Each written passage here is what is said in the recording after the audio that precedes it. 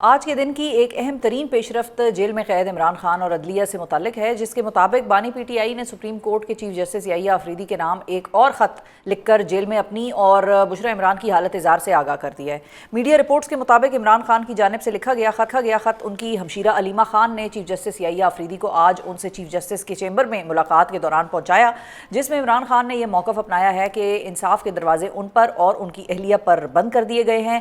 عمران خان نے خط میں یہ بھی لکھا کہ وہ 772 دنوں سے قید تنہائی میں ہیں اور ان کا جو کمرہ ہے وہ 9x11 کا ایک پنجرہ ہے۔ عمران خان کے بقول ان پر اس وقت 300 سے زائد سیاسی مقدمات قائم کیے گئے ہیں، جس کی ملکی تاریخ میں کوئی مثال نہیں ملتی۔ خط میں مزید یہ بھی لکھا گیا کہ بشریٰ عمران کی صحت مسلسل بگڑ رہی ہے، لیکن ان کے ڈاکٹرز کو معائنے کی اجازت نہیں دی جا رہی۔ اس ملاقات سے قبل یہ خبر بھی سامنے آئی تھی کہ پی ٹی آئی کے وکیل سردار لطیف کھوسہ کی چیف جسٹس یحییٰ آفریدی سے ملاقات ہوئی، اور اس ملاقات میں چیف جسٹس نے عمران خان کو جیل میں درپیش تمام مشکلات ایک تحریری شکل میں پیش کرنے کی ہدایات جاری کی۔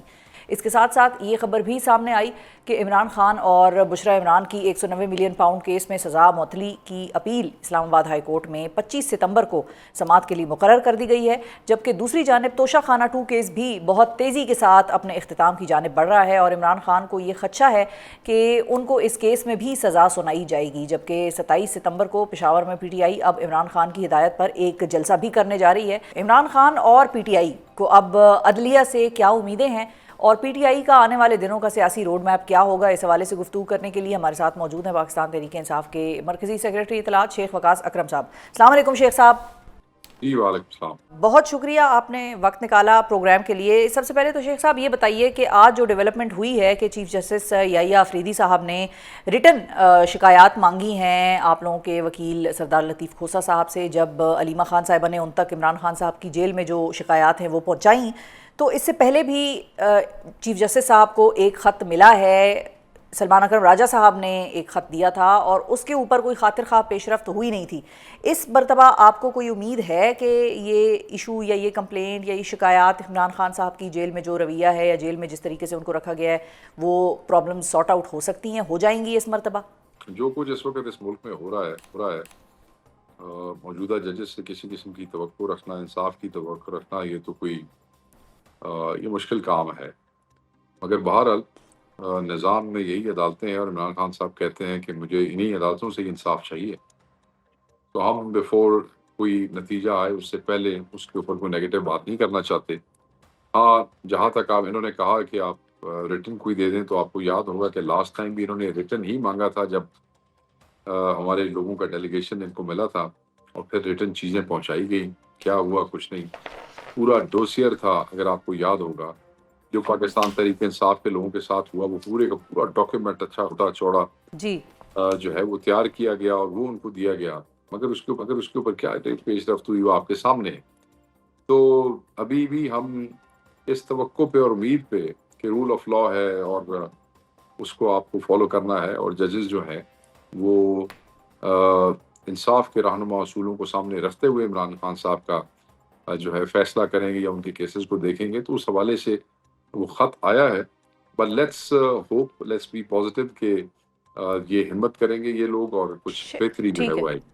تو شیخ صاحب اب مجھے یاد ہے کہ جب عمر ایوب صاحب کا فیصلہ نہیں آیا تھا تو اس وقت چیف جسٹس صاحب کی ان سے ایک ملاقات بھی ڈیو تھی، لیکن پھر فیصلہ آ گیا، عمر ایوب صاحب جو ہیں وہ پھر ملاقات نہیں ان دونوں کی ہو سکی۔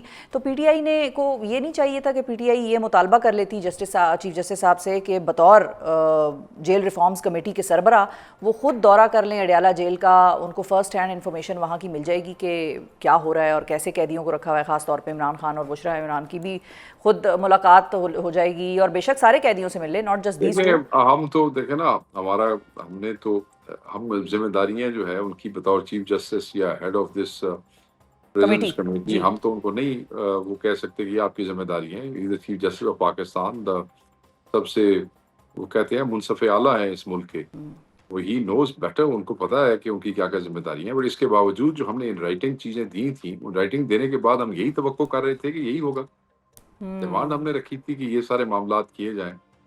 آپ خود سمجھ سکتی ہیں آج کل تو حالات جو ہیں ان میں توقعات تو رکھنی نہیں چاہیے شیخ صاحب، پریئر دینی چاہیے، بس پریئر دے دینے چاہیے تھی۔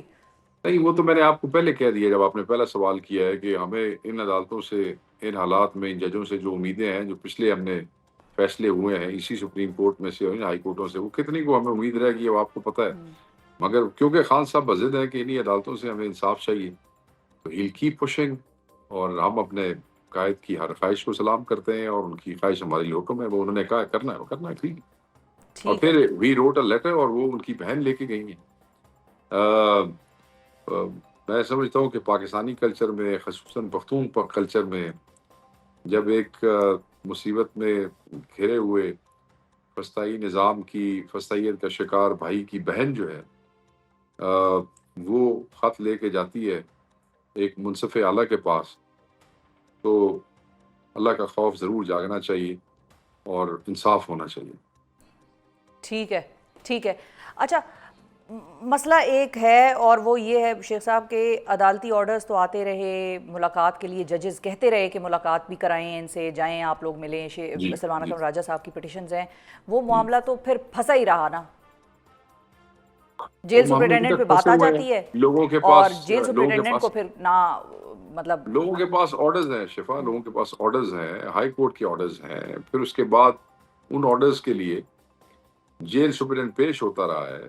اس کے بعد بھی لوگ جاتے رہے ہیں، ملاقات نہیں ہوئی. پھر انہوں نے کنٹمپٹ آف کورٹ انووک کی ہے، اور وہ بھی چل رہی ہیں، ان پہ بھی آرڈر آ گئے ہیں. جی.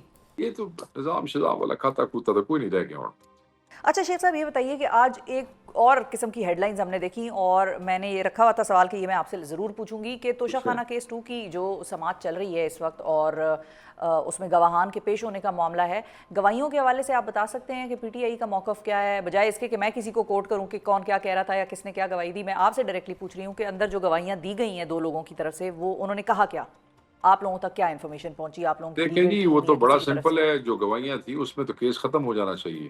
وہ عمران وہ خان جو صاحب کے حق میں وہ تھیں یا جو ان کے خلاف تھی گواہیاں؟ نہیں نہیں، وہ تو حق میں جاتی ہیں نا. ایویلویشن جس آدمی سے انہوں نے کروائی، اس نے کہا جی میں نے فزیکلی آئٹم دیکھا ہی کوئی نہیں ہے، میں نے تو تصویر دیکھ کے ایویلویشن کر دی. اور میں نے دسو ایک آدمی نے ایویلویشن بغیر آئٹم دیکھے کر دیتی ہے، چاہے وہ جیولری ہے، چاہے کوئی گھڑی ہے، چاہے کوئی ہار ہے، چاہے کوئی گھڑی ہے. آپ نے دیکھی نہیں، آپ تصویر دیکھ کے آپ نے ایویلویشن کر دی. کیا رہ گیا پیچھے کیس کے پلے، بتائیں مجھے آپ. کیس 1 میں بھی شیخ صاحب ایسے یہی ہوا تھا، پھر اس کے بعد سزا ہوئی تھی which is why I think کہ خان صاحب بھی اب جج بن گئے ہیں، وکیل بھی بن گئے ہیں، ان کو پتہ ہے کہ بھئی یہ دیکھیں اب یہ جو پریسیڈنٹ سیٹ سزائیں کر ہوئی دیا ہیں، انہوں نے میرے اب لیے. یہ جو ٹرائل چل رہے ہیں، ہم نے ان کے حوالے سے بھی اپلیکیشنیں ہائی کورٹ میں دی ہوئی ہیں کہ وہ ٹرائل جو ہے ان کو اس تناظر میں آگے نہیں چلنا چاہیے، مگر ہائی کورٹ کے اندر وہ پینڈنگ پڑی ہوئی ہیں اور یہاں ٹرائل ڈیلی چل رہا ہے. اور دس سکی کریے، اچھا، ہر جگہ پہ ہمیں فائٹ کرنا پڑ رہا ہے، ہر فرنٹ پہ کرنا پڑ رہا ہے. تو یہ جو شیخ صاحب جو پرائیویٹ اپریزر کا نام آ رہا ہے جن کو کوٹ کیا جا رہا ہے، سہیب آفریدی، سہیب عباسی، سوری سہیب عباسی، ان کا آپ نے پڑھا ہے بیان؟ وہ کہہ رہے ہیں کہ میں نے تو ڈر کے مارے جو ہے وہ بلگری سیٹ کی قیمت کم لگوائی، مجھ پہ بڑا دباؤ تھا. ایسی اور بھی بڑی باتیں ہوئی ہیں، وہ سب دنیا کے سامنے ہے. بٹ اب جج صاحب سنتے بھی رہے ہیں. ہمیں تو جیسے لیما باجی کہہ رہی تھی، ہمیں تو یہی توقع تھی کہ آئی تھے کھیڑ ہی موقع کہانی ختم ہو گئی. اچھا. ہاں، مگر وہ تو اس کو پش کیے جا رہے تھے اور لانگ کرنا چاہ رہے تھے کہ جو کل پہ لے جاتے ہیں، ایسے کر لیتے ہیں، ویسے ٹھیک. وکیل ہمارے اچھے اچھا. ہیں، تکڑے ہیں، لگے ہوئے ہیں بیچارے، پوری ہمت کر رہے ہیں. اور مجھے لگتا ہے جج بھی ہمت ہی کر رہے ہیں آگے سے. اچھا، ایک اور بڑی انٹرسٹنگ اب ایک سچویشن بنی ہے شیخ صاحب. 25 کو کیس لگ گیا ہے 190 ملین پاؤنڈ کیس کا.